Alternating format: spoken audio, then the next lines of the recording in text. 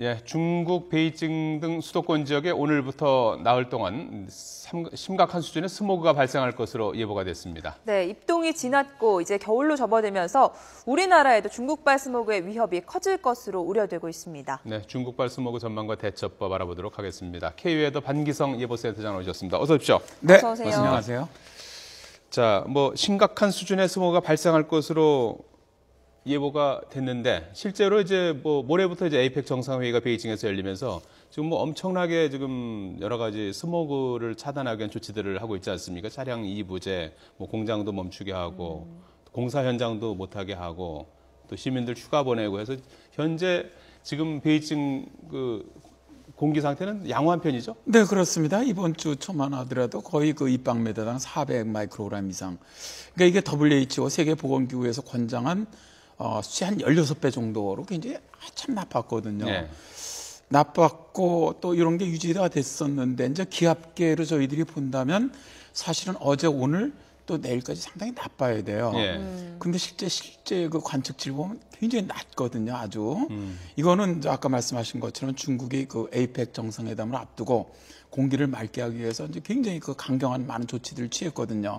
이런 덕분으로 이제 현재는 파란 하늘이 보일 정도로 아주 좋은 그런 북경의 하늘을 갖다 현재는 보이고 있다고 합니다. 네, 그러면 이제 에이펙 회의 이후를 더 걱정해야 되는 상황이 온 거네요.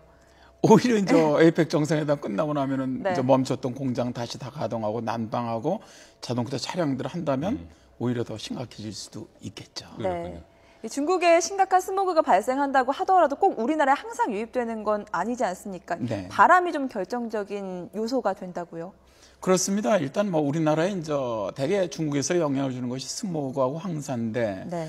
황사 같은 경우는 이제 기압계가 강하게 불어올 때 우리나라에 영향을 주는데 이제 스모그나 미세먼지 같은 경우는 대표적인 게 이제 우리나라에 영향을 주는 게 베이징, 대개 이제 상하이 지역 두 지역입니다. 네. 중국은 저희 그들의 동쪽 해안 지역에 많은 공업지대가 위치하고 있거든요. 그래서 베이징에서 내려오는 스모그는 우리나라가 북서풍의 영향을 받을 때입니다. 상하이 쪽은 서풍이라든가 남서풍이 불 때 우리나라 쪽으로 영향을 줍니다. 네. 근데 이러한 바람들은 강한 바람은 아니고요. 이동성 고기압에서 약한 바람일 때 그때 우리나라 쪽으로 이 미세먼지, 초미세먼지가 날아오면서 영향을 주게 되죠. 그래서 대개 베이징, 텐진, 청두 이쪽의 스모그들은 북서풍을 타고 들어오고요. 네. 상하이라든가 소주라든가 저장성 쪽의 스모그들은 서풍이라든가 남서풍을 불어올 때 우리나라에 영향을 주게 됩니다. 북서풍, 베이징에서는 이제 북서풍 불 때 영향을 주고 네. 상하이는 이제 남서풍 불 때 영향을 주는데 계절적으로는 이맘때 많이 이제 저런 현상이 나타나는 건가요? 아무래도 이제 중국의 스모그가 가장 많이 발생할 때가 대개 이제 11월부터 그 다음에 4월까지입니다. 황사까지. 그러니까 가을서부터 늦가을부터 초봄 사이가 되는데 이때 이제 기압계가 이동성 고기압 형태를 띠게 되면은 중국도 마찬가지로 이제 이 스모그가 많이 발생을 하게 되고요. 또 그런 기압 배치에서 바람이 우리나라 쪽으로 불어들어오는 기압 배치만 된다면 우리나라도 중국 스모그의 영향을 많이 받게 되는 것이죠. 네, 이 중국발 스모그에는 인체에 치명적이라고 한 중금속이 다량으로 들어있어서 더 심각한 문제로 대두되고 있는데 먼저 정혜윤 기자의 보도 함께 보시고 이야기 이어가도록 하겠습니다. 이제는 익숙해진 중국 수도 베이징 도심의 모습입니다. 100m 앞도 보이지 않는 스모그, 그리고 마스크를 쓰고 다니는 시민까지. 가을부터 봄까지 베이징은 이렇게 스모그에 휩싸입니다. 난방용 석탄 수요가 늘어나면서 나오는 매연과 차량 배기가스가 원인입니다. 그런데 이 스모그 성분을 들여다보면 더 충격적입니다. 이 화면은 우리나라로 날아온 중국발 초미세먼지를 전자현미경으로 들여다본 것인데요. 검은색 매연 속에 하얀색 물질이 드문드문 섞여 있습니다. 바로 중금속인 납입니다. 검사 결과 중국발 스모그의 평균 중금속 함량이 무척 높았는데요. 특히 카드뮴과 납은 토양 속 중금속 평균 함량에 비해서 100배 이상 높은 수치를 보였습니다. 이 같은 중금속이 인체에 들어오면 최고 74%까지 녹아 몸에 흡수됩니다. 초미세먼지 입자가 무척 작기 때문에 코와 입에서 걸러지지 않고 폐까지 깊숙이 침투하기 때문입니다. 지금 제 옆에 두 개의 먼지 입자가 놓여 있는데요. 하나는 초미세먼지, 하나는 미세먼지입니다. 둘 다 눈에 보이지 않는 작은 입자지만 초미세먼지는 지름이 2.5 마이크로미터로 미세먼지 크기의 4분의 1 정도에 불과합니다. 이렇게 작은 초미세먼지를 막으려면 일반 마스크가 아닌 황사 마스크를 써야 합니다. 일반 마스크는 섬유를 짜서 만들기 때문에 10마이크로미터의 미세먼지와 2.5 마이크로미터의 초미세먼지가 걸러지지 않고 그대로 통과합니다. 반면 황사 마스크는 부직포로 된 겉감과 안감 사이에 2중, 3중의 정전기 특수 필터가 붙어 있어 미세먼지와 초미세먼지를 잡아낼 수 있습니다. 황사 마스크도 성능이 각기 다른데요. 식약처에서 인증한 한국형 필터 KF 마크를 확인하면 알 수 있습니다. 초미세먼지를 80% 이상 차단하는 KF80과 미세먼지의 바이러스까지 차단하는 방역용 마스크 KF90 정도라면 안심할 수 있습니다. YTN 정혜윤입니다. 기상과 관련된 용어들이 참 많은데 스모그하고 연무도 뭐 같은 표현으로 보면 되는 겁니까? 연무 현상, 스모그 현상. 아무래도 이제 스모그는 스모크 연기하고 이제 포그 안개가 결합되는 용어가 그렇죠. 되고요. 네. 헤이즈는 이제 안개가 쏟아내면서 아직 그 수증기가 많은 현상들이거든요. 예. 근데 최근에 우리나라 이 미세먼지가 농도가 그 높아질 때를 보면 거의 연무 현상이 발생할 때입니다. 주로 아침에 발생합니까? 아침에는 이제 안개 형태인데 안개 형태. 이게 이제 기온이 올라가면 안개보다 좀 더 옅어지면서 연무, 헤이즈 형태로 바뀌거든요. 예. 그런데 이때 수증기가 높고 미세먼지가 높을수록 헤이즈 형태로 연무 형태로 굉장히 좀 낮에까지 짙게. 계속 이어지는 거예요. 네, 그러니까 낮에도 공기가 굉장히 뿌옇게 저렇게 이렇게 보이는 뿌옇게요. 그런 현상이 되는 것이죠. 이번 주에 혹시 중국발 스모그가 유입될 가능성이 있습니까? 일단 저희 KU에서는 이제 수능일이죠. 13일. 13일, 목요일? 네, 목요일에는 이제 중국의 황사가 좀 날아올 가능성이 있는 것으로 보고요. 중국발 스모그가 날아올 가능성이 있는 것은 일단 다음 주 주말 토요일부터 그 다음 주 초까지 정도가 일단 그 스모그에 영향이 있지 않겠느냐 그렇게 예상을 하고 있습니다. 네, 예. 아까 중국에서 몰려온 이 스모그를 보니까 그중에 뭐 나빗 같은 중금속들이 잔뜩 껴 있었는데 꼭 중국발 스모그뿐만 아니라 우리나라에 있는 대기 중에도 오염된 물질들이 많다고 해요. 그렇습니다.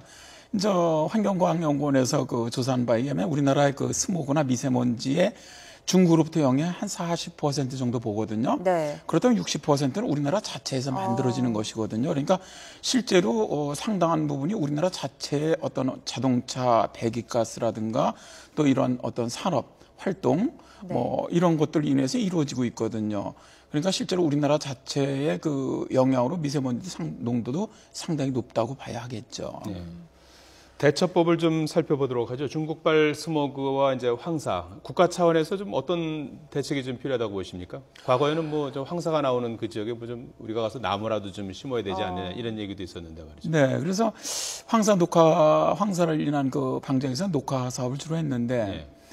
사실 뚜렷한 그런 방법이 쉽지는 않습니다. 그럼에도 불구하고 어쨌든 이제 국립환경과학연구원은 2050년까지 앞으로 30년까지는 중국의 그 미세먼지 양이 늘어날 것으로 예측을 하고 있거든요. 예. 특별한 중국이 대책이 없다면.